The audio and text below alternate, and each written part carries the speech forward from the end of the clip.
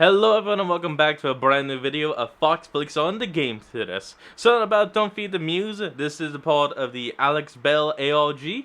Let's hop in and see what MatPat was digging into this time. Quick quiz. What does this SpongeBob Theory video and this mutant cow have in common? That's not a joke, by the way. It's a legitimate question. What could possibly unite this beefy blob with our yellow porous friend? Well, obviously they're parts of an alien conspiracy to clone fresh... Oh, come on, an ad already? We're back. Sorry about that. Didn't know there was an ad. Online creators, duh. YouTube is a strange place sometimes. Yeah, it is. But that's why we love it. Hello, Internet! Welcome to Game Theory, the show that wants to see significant growth of that subscriber number. Actually, you know what? That's not true. It's an antiquated metric from an earlier time on the platform. YouTube knows at this point if you care about the channel or not, so you can just ignore that subscribe button down there. Seriously, do not touch it. No, stop it. Do not touch that subscribe button. Stop it. Actually, you clicked it, didn't you? A couple weeks ago, we started untangling the fleshy web of lies that is Happy Meat Farms, an ARG mystery that's hosted right here on YouTube.com. All of it posted on the channel. This place is not happy. Now, at first glance, HMF looks like any upstanding meat production company. Wide landscape shots of golden fields with grazing cows, business-friendly infographics promoting their services, corporate welcome videos full of one-frame jump scares and hidden passwords. You know, the usual. Wait, you see, once you start peeling back the layers of encrypted codes hidden within both the YouTube channel and its associated website, you find a world of horrific scientific experimentation, deformed animals, human testing, all of it tied to some kind of alien overlord simply known as Mother. Last video, we began our quest to expose this alien conspiracy, gaining access to the website's employee portal and learning that the latest human trial, H0027, mutated too far, managing to escape from the Happy Meat Farm containment facility. So, with a hyper-intelligent monster on the loose and Mother growing increasingly hungry, we found ourselves looking through a second video frame by frame to uncover a new access code, the password to the company's R&D webpage. So, let's jump back into this cursed company website to figure out what's really going on, shall we? As soon as you land on the R&D page, you'll notice that we aren't in Kansas anymore. The soft colors of the employee and customer-facing pages are ripped away, replaced with just plain white text over a black background. By looking at the page, we can actually see that the R&D department is currently working on two major projects. The first is one that we're already familiar with, Project Chimera. This is what we've been seeing via the leaked footage over on YouTube. Experiments meant to increase the amount of living biomass in an animal so it can be sent to Happy Meat Farms HR. They do this by injecting some sort of foreign DNA into the test subjects. Where's that DNA from? Unclear, because the text has been redacted. It would seem like not even upper-level employees are able to get this classified information. However, if you highlight that white redacted text, it actually reveals what's written there. Why is no one good at their jobs? Anyway, it reveals that this DNA has come from none other than Mother herself. It's her DNA that seems to be causing the extreme growth, increased intelligence, and also overwhelming aggression that we've been witnessing in these test subjects. Under the project summary, there's also an incident report which provides some additional detail on the escaped subjects that we've learned about through the YouTube videos. While the first two, an acidic chicken and spider cow, have been contained, human subject H0027 is still at large. According to the report, during their escape, H0027 stole files from the main server, likely meant to expose the company. My guess? The missing files are the videos that have been uploaded to YouTube, and H0027 is the voice that we hear at the end of that second leaked tape. Don't feed them. The other ongoing R&D project listed here is Project Vulnerability, an effort to introduce diseases into the population using intentionally contaminated meat products. These diseases are intended to create weakness in the population that Mother can later exploit to create her so-called New World Order. And that's about it. Gotta admit, for being 2 layers deep, I expected a bit more. That said, we still haven't broken into the most secretive area of them all, HR. I mean, that's the place where all the successful experiments go, and the place they never return from, so something's gotta be going on over there. Who knows, maybe even Mother itself. Luckily, subject H0027 gave us a final leaked video on the This Place Is Not Happy YouTube page. Happy Meat Farms HR orientation video. Perfect! Finally, we get ourselves a sneak peek behind the padlocked steel doors. In the video, we're told that there are 3 rules every HR employee has to follow. Don't touch anything, don't look at anything, which is weird because the rest of the video is a tour of the HR department specifically asking us to look at things, and finally, have fun. fun. Great to be in a positive work environment. Oh, the but that HR one's at least building positive. looks to be abandoned. However, on the tour, we see all the things that you'd expect. Desks, lackluster birthday decorations, rabid mutant dogs. They even have a creepy IT guy named Jared who works out of the industrial refrigerator. Like I said, all the normal office stuff. Of course, there's some unusual things here too. A room full of hair, walls of flesh, mouse traps lining the walls, and finally, the tour ends with us getting to dine alongside the big boss woman herself, Mother. Hold on, folks. I'll be right back. Alright, folks. Sorry about that. I'm back. What were you doing? Alright, having dinner with the boss. So it seems like that's Happy Meat Farm's primary goal, using all the successful biomass experiments to feed this giant tentacled monstrosity. Quick side note, is this technically cannibalism? I mean, her own DNA is being used to make these creatures grow. Does that count as eating yourself? I can only eat things that literally have a part of me inside of them. That is a weird dietary restriction, I gotta say. Then again, who am I to judge? I don't really like mushrooms. So who's the real weird one here? I guess it's just reassuring to know that she approves of her own product. We're told once again that Mother is pleased before we cut back to a video of Ramona Bynes, head of Happy Meat Farm, thanking us for our support. Except, something goes wrong. The video distorts and we hear a voice tell us, "It's not me." Now this is huge. By using the identifying word me, it informs us of two things. First, that we shouldn't believe that the woman on screen, Ramona, is what she says. That somehow she's a clone of Ramona. And secondly, that H0027, the person speaking to us through these leaked videos, she isn't just any volunteer employee, she's Ramona Bynes herself. It's not the only evidence pointing towards that conclusion either. When the deformed dogs are shown during the HR video, we see "I never wanted this to happen" appear within on-screen glitches. A sentiment that's completely in line with Ramona's original. Oh, come on, again? And I'm back. Look, YouTube, I don't mind the ads, but I mind when you don't show the timer to the ads. I need to be able to plan out my cuts accordingly, and you don't let me.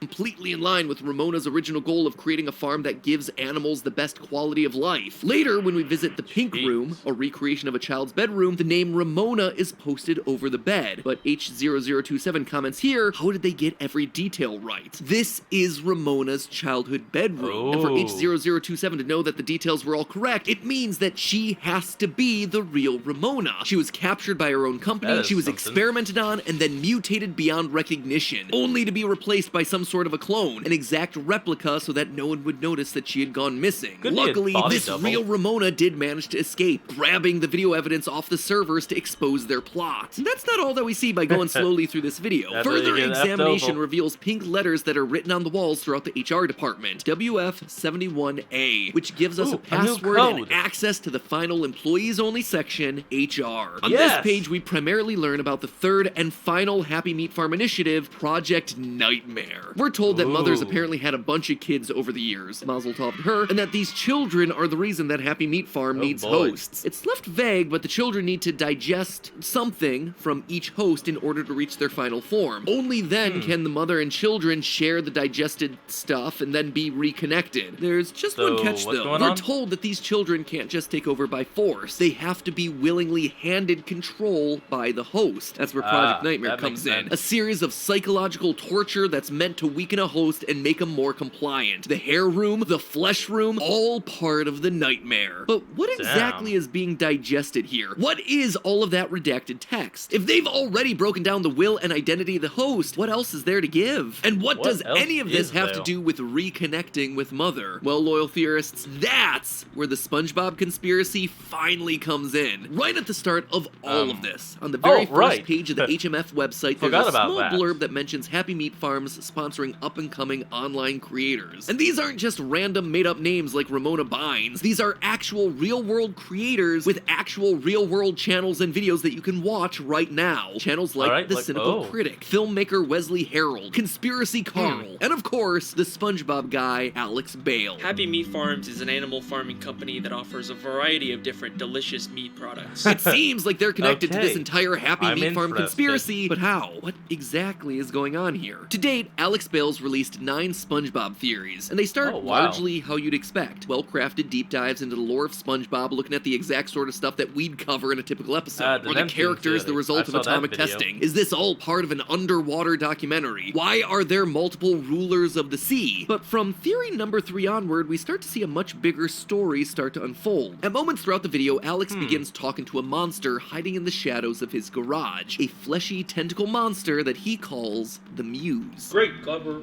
on the same page. You know, I'm sorry about all the shouting and the craziness. You know, I don't have anything against it personally. I think if we just communicated better, we could have, you know, avoided a lot of the issues that we were having. I'm glad we finally have an understanding. Hold on, folks. I'll be right back. This is creepy. We're back. And we see that this title of Muse is very appropriate for the creature. This thing in the shadows is the one that's providing him with the SpongeBob theories. Can we get one of those? One of those Muse things? Because having someone just deliver the scripts to us on a silver platter would be pretty sweet. However, the Muse doesn't do it for free. It requires feeding, specifically raw meat. Yeah, about the Muse thing I was just talking about, still totally worth it. Buy a bunch of meat at the grocery next time you're there. So at this point, you know I gotta call it out. A monster that hides in the shadows, has long fleshy tentacles, and requires large amounts of raw meat to sustain itself. Now, why would that possibly sound familiar? And while some of us would welcome a script-delivering meat monster in their garage, Alex apparently sees things differently. It's clear that he isn't exactly thrilled by the arrangement. No, this is not what I wanted, okay? This isn't worth it. We are done. My boy, we both know you can't go back now. Okay, this is the last time, and then I want you out of this house. Not only do we see this in the narrative moments of the videos themselves, but his cry for help is even hidden in the channel's banner. That might look like just a black image, but good theorists know that black images are always worth checking. By cranking up the exposure, you can see the words, "Don't feed the Muse." Ladies and gentlemen, we're not down on the farm anymore. This is a whole separate related ARG dedicated to the Muse takeover. Now He's trapped by it, forced to make more and more SpongeBob theories despite his creative frustrations, and he's not alone. YouTube channel banners have to be made to fit all different devices that you might want to watch on. So what you see by watching on mobile or desktop is just a tiny fragment of the complete image on there. There's a much... Yep, like the one you see of mine where it says good, bad, and it's got kind of that thing of the fox torso. That's not the whole image. Bigger image that exists that no one ever really gets to see unless they're watching the channel on a television. And even then, I don't know if I've ever actually found it used on a television. Anyway, pulling the entire banner image is a bit of a hassle. You have to go into the source code and then find the lines about 2120 wide TV banners. Then you gotta fix the URL manually. But anyway, if you manage to do all of that with Alex's banner image, you actually get yourself a second secret message in there outside of the typical line of view. They are everywhere. Loyal theorists, there's more than one Muse. But if they're out there, where are they? Before Alex's 5th SpongeBob theory, he uploaded a short horror film called Late Night Snack. It did fine, 200,000 views, which is great, at least until you compare it with the SpongeBob theories that can get upwards of 10 million views. To add insult to injury, another YouTube channel, The Cynical Critic, real name Mark Mayhew, did a review on that very short, digging into how bad it was and really pushing for Alex to just stick to the SpongeBob theory stuff that he's good at. Alex, go back to making SpongeBob theory videos. No one wants to see your awful horror films. Admittedly, it's a really harsh review, but if you stay to watch the whole review until the end, you start to notice black liquid dripping from the ceiling vent. The same black liquid that we see appear in Alex's 5th SpongeBob theory. Black goo that comes from a Muse. So it would seem that the Cynical Critic also has himself a Muse in the background. And wait, wasn't Mark also one of the creators that was sponsored by Happy Meat Farm? Now you start to see how these puzzle pieces come together. During the Cynical Critic's responding to hate comments video, we see a brief flash of his Gmail account. Based on the subject lines in the email previews, we get basically this character's entire backstory. It explains that his mother has lost her health insurance and can't afford to pay it. He also appears to have had a falling out with his business partner, Anthony, because he started to lean heavily into clickbait and aggressively negative videos. It's almost like someone, or something, has given him advice on how to make his channel more successful. And wouldn't you know it, one email later, it's a receipt eat for a bunch of raw meat. Looks like someone ignored the warnings and fed the muse. Shortly after that, we see a notice that Anthony has disappeared, before finally, the big stuff. Happy Meat Farm emails wanting a sponsorship. Forget your best friend's untimely disappearance. It is all about that moolah, baby. Hashtag spawn. The story becomes even more explicit with his final upload, Why 1313 Paradox Street is an instant classic. Here, Mark's reviewing a short film that was produced by, who knew, HMF Entertainment. Happy Meat Farm is at it again. In this video, we see the cynical critic trying to escape the muse, only for the muse to say this. He was being a bad friend. He serves a better purpose now. He belongs to Mother now, and so will... Oh, that A tentacle launches out from the darkness and grabs him. Oh, come on. Watch now. We're back. Smiling, cynical critic ending his video, black liquid dripping from his nose. And while I could tell you what you're seeing here, I might as well just show it to you. If you stop the video at 7 minutes and 9 seconds, you find the answer. Hidden text that reads, Phase 3 complete, host assimilated, begin digestion, awaiting reconnection. And you see, this is Project Nightmare. Hosts being targeted and manipulated by these muses, who then go on to manipulate other hosts. Mark, the cynical critic, is broken down by the pressure to earn money while his mother struggles with medical bills. He kills his partner in a disagreement. The guilt and pressure that he's feeling ultimately push him into willingly giving up to the monster. And in the end, he's left there on camera as a smiling, posing corpse, responsible for churning out new content. It's the exact same thing that we saw happen with Ramona Bynes, original founder of HMF. They're consumed, digested, assimilated, and cloned, made into a smiling, talking head for the camera. A smiling head that then turns the attack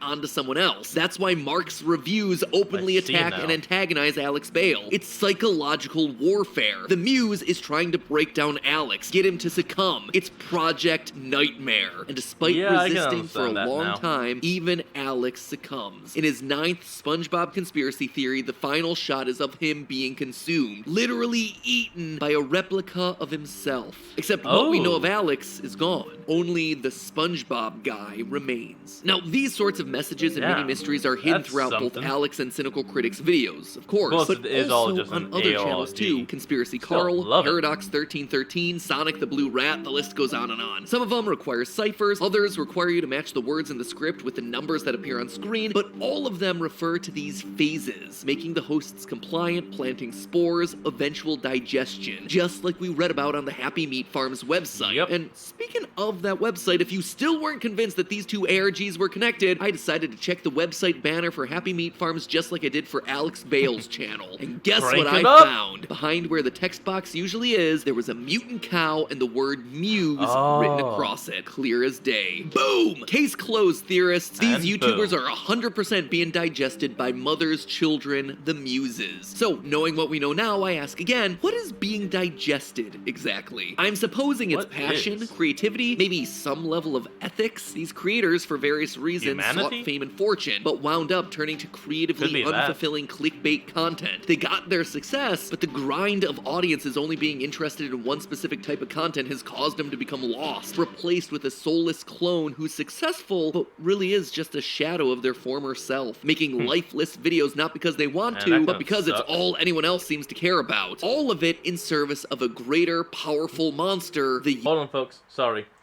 We're back. Let's go.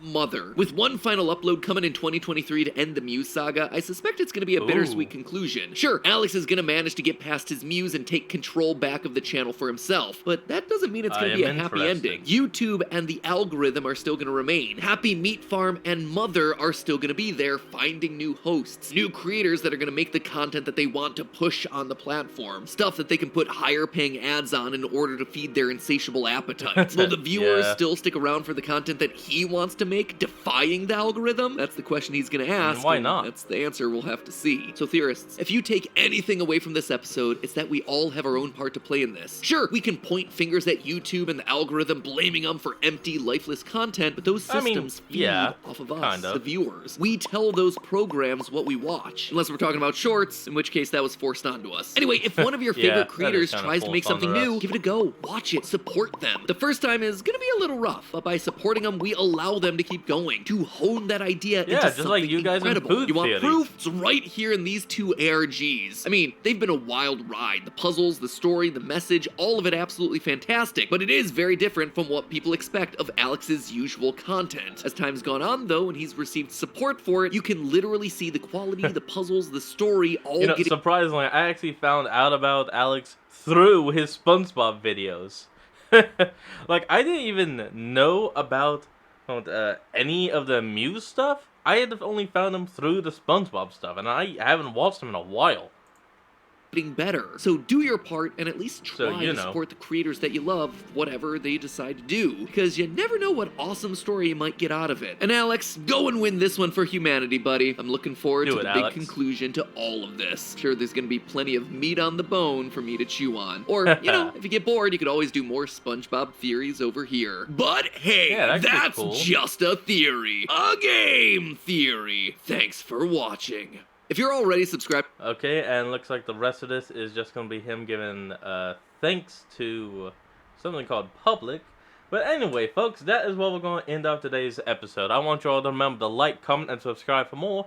Down in the description will be a link to the original video, so remember to support the original creator and all they do. And we'll see all of you folks next time when we flick on. Peace out.